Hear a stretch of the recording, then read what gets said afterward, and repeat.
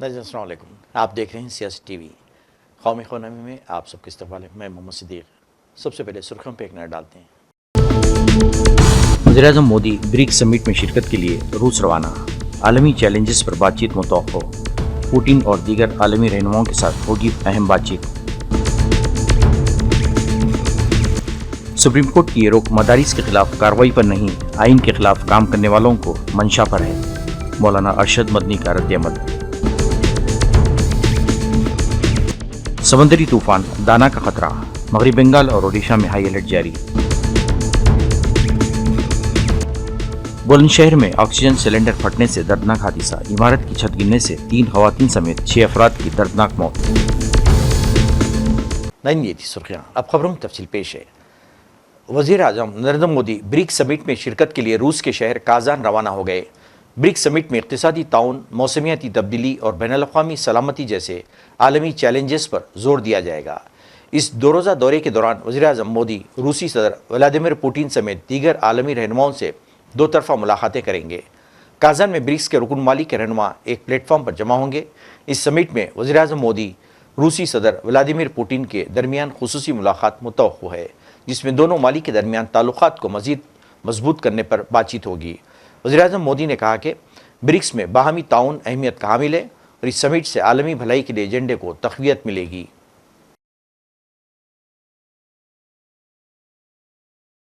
मोदी की काजान आमद को लेकर रूस में क़याम पज़ीर हिंदुस्तानी कम्युनिटी में ज़बरदस्त जोश व खरोश पाया जाता है। हिंदुस्तानियों की एक बड़ी तादाद काजान के एयरपोर्ट पर पहुँच गई ताकि वज़ीर-ए-आज़म का इस्तकबाल किया जाए।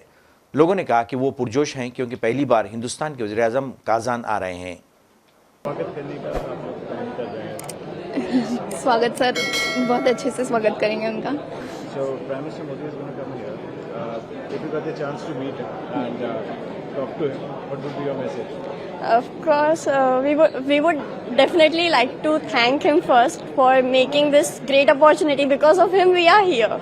Because of the situations that Russia and India has the friendship between them and the connections and everything. So definitely, we would like to thank him. What are you going to say to Prime Minister Modi? Any message for him? Actually, we are very proud of him. We are very proud to have such a great and enthusiastic leader as the Prime Minister of our country. So yeah, we are very excited to see him. यहाँ पे कितने साल से रह रहे हैं? यहाँ पे हम 1 साल से रह रहे हैं, पढ़ाई कर रहे हैं मेडिकल की पढ़ाई कर रहे हैं। प्रधानमंत्री मोदी आने वाले हैं, यहीं से गुजरेंगे, आपसे भी जी। भेंट होगी। हम लोग बहुत ज़्यादा उत्साहित हैं मोदी जी से मिलने के लिए और बहुत ज़्यादा प्राउड फील कर रहे हैं। हम तो उनको मतलब दिल से स्वागत ही करेंगे। कहने का तो मौका कितना होगा मालूम नहीं हमें। हमारी भावना ये है कि उनका यहाँ पर आना जो है वो भारत और रूस के जो हमारे संबंध हैं उनको और भी नज़दीक लाए और लोगों को, चाहे रशिया के लोग वहाँ जाएं, चाहे भारत के लोग यहाँ आएं, दोनों को ऐसा लगे कि दोनों हमारे ही देश हैं। एक मातृभूमि है, वो दूसरी भी मातृभूमि जैसी ही है, ऐसी मन में भावना है।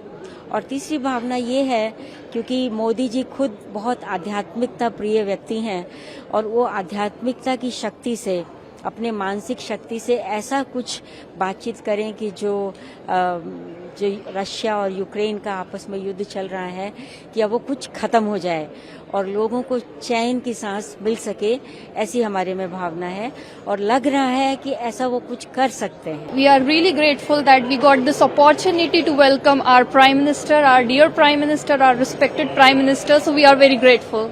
हम लोग ऑलमोस्ट 1 वीक से प्रिपेयर कर रहे हैं और हम यहीं पे हैं। हमारे मन में उनके लिए रिस्पेक्ट, इंस्पिरेशन और पैट्रियोटिक फीलिंग आ रही है, तो we are very happy. Jamiatul Ulama Hind की कानूनी जिद्दोजहद में पीर को एक बड़ी कामयाबी शामिल हो गई जब चीफ जस्टिस DY चंद्रचूड़ की सदारत में justice JB Pardiwala, justice Manoj Mishra की बेंच ने मुख्तलिफ रियासतों खुसूसन उत्तर प्रदेश हुकूमत की जानिब से मदारिस के खिलाफ जारी करदा तमाम नोटिसों पर रोक लगा दी। अदालती हुक्म में कहा गया है कि जब तक अदालत के ज़रिए नया हुक्म जारी नहीं कर दिया जाता तब तक मरकज़ी हुकूमत के ज़रिए इसके मुतालिक कोई नोटिस या हुक्म जारी नहीं किया जाएगा। सूबों को 4 हफ्ते के अंदर अपना मौकूफ़ रखने की हिदायत भी अदालत ने दी है। सुप्रीम कोर्ट ने बच्चों के हुकूक़ से मुतालिक national commission for child rights की इस सिफारिश पर भी रोक लगा दी, जिसमें मरकज़ी और सूबों से कहा गया था कि हक़ तालीम एक्ट RTA से मुताल्लिक़ नहीं रखते, तमाम मदारिस बंद कर दिए जाएँ। गौरतलब है कि इस मामले में बच्चों के हकूक़ से मुताल्लिक़ NCPC ने अदालत में एक हल्फनामा भी दाखिल किया था, जिसमें कहा गया था कि मदारिस में बच्चों को मुनासिब तालीम नहीं दी जा रही है। साथ ही ये भी कहा गया था कि मदारिस का तरीक़ेकार बच्चों के बुनियादी हकूक़ के ख़िलाफ़ है। कमीशन ने कहा था कि मदारिस में बच्चों को न सिर्फ मुनासिब तालीम बल्कि सेहतमंद माहौल और इनको बेहतर ग़िज़ाइयत से भी महरूम रखा जा रहा है। जमीयतुल उलमा हिंद के सर मौलाना अरशद मदनी ने सुप्रीम कोर्ट के इस फैसले का खैर मकदम करते हुए उम्मीद ज़ाहिर की कि हतमी फ़ैसला भी मदारिस के हक़ में आएगा और आइन के अहकामात की खिलाफ वर्जी करने वाली क़ुव्वतों को मायूसी होगी। इन्होंने इस बात पर अफसोस का इजहार किया कि मुल्क की अक़लियतों को आइन में जो खुसूसी हुकूक़ दिए गए थे उन्हें अब छीनने की साजिश की जा रही है। इन्होंने मज़ीद कहा कि आइन के आर्टिकल 30A के तहत तमाम अक़लियती तालीमी इदारों को ज़मीर की आज़ादी का हक़ दिया गया है। आर्टिकल 25 और आर्टिकल 26 के तहत अक़लियतों को उनके मजहबी तालीमी इदारों का इंतज़ाम और कंट्रोल करने की मुकम्मल आज़ादी दी गई है। मौलाना मदनी ने यह भी कहा कि हम मुल्क के आइन की हिफाजत के लिए लड़े हैं, इसलिए कि आइन बचेगा तभी मुल्क बचेगा। अपनी इस नज़रिए की तकमील के लिए जमीयतुल उलमा हिंद आइंदा 3 नवंबर को नई दिल्ली में एक बड़ी तकरीब आइन बचाओ कॉन्फ्रेंस के नाम से मुनक़िद करेगी। वज़ीर दिफ़ा राजनाथ सिंह आज नई दिल्ली में सिंगापुर के वज़ीर दिफ़ा के साथ अहम मुज़ाकरात में हिस्सा लिए। हिंदुस्तान और सिंगापुर के माबैन दिफ़ा में बाहमी ताउन पर यह मुज़ाकरात मुनक़िद हुए। हिंदुस्तान और सिंगापुर के वज़ीर ख़ारजा के माबैन ये 6ठा इजलास है। कोलकाता में खातून डॉक्टर के साथ ज़्यादती और कत्ल के बाद मगरबी बंगाल में जूनियर डॉक्टर्स की भूख हड़ताल जारी थी, जो अब ख़त्म हो गई है। वज़ीर आला ममता बनर्जी से मुलाकात के बाद डॉक्टर्स ने हड़ताल ख़त्म कर दी है। बताया जा रहा है कि मुतवफ़ी डॉक्टर के अहल खाना के इसरार और जिद्दोजहद को आगे बढ़ाने के हल्फ के साथ हड़ताल ख़त्म की गई है। RG कार मेडिकल अस्पताल में एक डॉक्टर की इसमत रेज़ी और कत्ल के मामले में जूनियर डॉक्टर्स गुज़िश्ता 17 दिनों से हड़ताल पर थे। महाराष्ट्र के साबिक़ वज़ीर बाबा सिद्दीकी के कत्ल के बाद गैंगस्टर लॉरेंस बिश्नोई एक बार फिर खबरों में हैं। बाबा सिद्दीकी के कत्ल में उनका नाम आने के चंद ही दिन बाद कैनेडियन हुकूमत ने नाम लेकर इसे मज़ीद सुर्खियों में ले लिया। इस सब वाक़यात के दरमियान अब क्षत्रिय करनी सेना के कौमी सर राज शेखावत ने लॉरेंस बिश्नोई के सर की कीमत लगा दी है।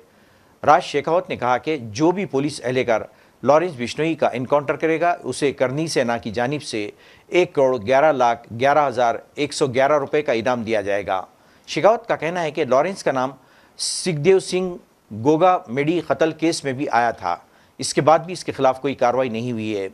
शेखावत ने कहा कि लॉरेंस और इन जैसे गुंडों ने पूरे मुल्क में खौफ का माहौल पैदा कर दिया है।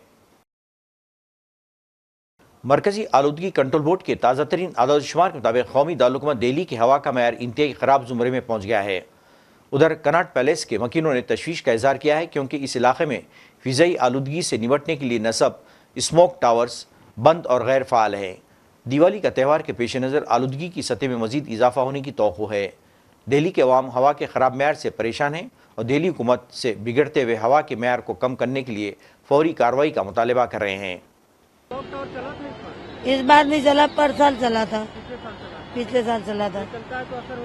बहुत असर होता है। अभी नहीं चल रहा है तो नुकसान है। बहुत नुकसान है। अच्छी हवा नहीं आ रही है, प्रदूषण इतनी हो रही है क्योंकि हम 24 घंटे यहाँ रहने वाले। उत्तर प्रदेश के बुलंदशहर जिले के सिकंदराबाद इलाके में पीर की रात ऑक्सीजन सिलेंडर फटने से 6 लोगों की मौत वाक़ हो गई, जबकि 4 अफराद की हालत तशवीशनाक है। घर में मरीज के लिए लगाए गए ऑक्सीजन गैस सिलेंडर फटने से 2 मंजिला मकान मुनहदिम हो गया। जख्मियों को प्राइवेट और सरकारी अस्पतालों में दाखिल कर दिया गया। रेस्क्यू टीम ने काफ़ी कोशिश के बाद मलबे तले दबे अफराद को बाहर निकाला। इमदादी काम रात देर गए तक जारी रहा। इस वाक़े का नोट लेते हुए वज़ीर आला योगी आदित्यनाथ ने इंतज़ामी अहदेदारों को फौरी इमदादी कामों में तेज़ी लाने की हिदायत दी। इत्तला मिलते ही SP सिटी, SDM, CO और फायर ब्रिगेड की गाड़ियाँ मौके पर पहुँच गई और इमदादी कार्रवाइयों में मसरूफ़ हो गई। यह हादिसा आशापुर कॉलोनी गलावटी रोड सिकंदराबाद में पेश आया। मरने वालों की शिनाख्त 50 साला रियाजुद्दीन, उनकी बीवी 45 साला रुखसाना, 16 साला सलमान, 24 साला तमन्ना, 3 साला हफ्सा और 26 साला मोहम्मद के तौर पर की गई है। इस हादिसे से इलाके में गम की लहर पाई जाती है। समंदरी तूफान दाना की मुमकिन आमद के पेश नज़र मगरबी बंगाल के कई इलाकों में हाई अलर्ट जारी कर दिया गया है। इस तूफान के 24 अक्टूबर की रात से 25 अक्टूबर की सुबह के दरमियान ओडिशा के साहिल को अबूर करके मगरबी बंगाल के साहिल पर पहुंचने का इम्कान है। इस दौरान हवा की रफ्तार 100 से 120 किलोमीटर फ़ी घंटे तक पहुंच सकती है, जिसकी वजह से शदीद नुकसानात का खदशा है। महकमे मौसमियात की रिपोर्ट के मुताबिक समंदरी तूफ़ान इतवार को जुनूबी अंडमान समंदर में बनना शुरू हुआ था और ये मंगल तक बंगाल की खलीज के ऊपर फ़ाल हो जाएगा। माहिरीन ने पेशनगोई की है कि यह तूफ़ान 24 अक्टूबर की रात को ओडिशा के साहिल के करीब पहुँच जाएगा। मौसमियाती महकमे ने खबरदार किया है कि मगरबी बंगाल में होने वाली काली पूजा से कबल ये तूफ़ान शदीद नुकसानात का बाज़ बन सकता है। अदाकारा सारा अली खान नई दिल्ली में मुनक़िदा एक फ़ैशन शो में डिज़ाइनर अभिनव मिश्रा के शो के लिए रैम्प पर वॉक किया। उन्हें आईने के काम से मुज़य्यन लहंगे में रैम्प पर वॉक की। इन्होंने इस मौके पर कहा, हिंदुस्तानी रिवायत की बेहतरीन मिसाल होता है ये लिबास और इस लिबास में रैम्प पर वॉक करना उनके लिए एक खुशगवार तजुर्बा था। Traditional, but it's also comfortable. It has a modern twist to it. So yeah, I'm definitely comfortable, and she's carrying very gracefully also. Speaking of grace, I would say your grandmom is the OG fashion doll. Do you feel like you have inherited that grace? I think I've inherited the attempt to try to inculcate that grace. आगे मुझे नहीं पता. And before walking the ramp, I think just focus on your breathing and try to stay calm. were you nervous? I'm always nervous. Anything that you love, anything that I think you value, creates nerves, and I love what I do, and this is part of it. So yeah. Speaking of fashion, how social media has impacted your fashion choices? I don't think much. I think I'm maybe more aware through social media, but not really. I think I've always been kind of organic in who I am, and even though sometimes it can get pressurizing, but I really try to continue to do that. And how your relationship with fashion? Experimenting has been something that I always do, and I think that that's something that changes from time to time. You know, you see something works, something doesn't work, but it's always, you have to have fun and you have to try to be different. Like, this is the first time on the ramp that like abs are not showing, you know, otherwise it's always like, I was thinking while making like, God, she's pehli baar, comfortable, yeah. I was like, yaar, wow, there's like, I don't have to be like bronzer lagao, this is amazing, you know.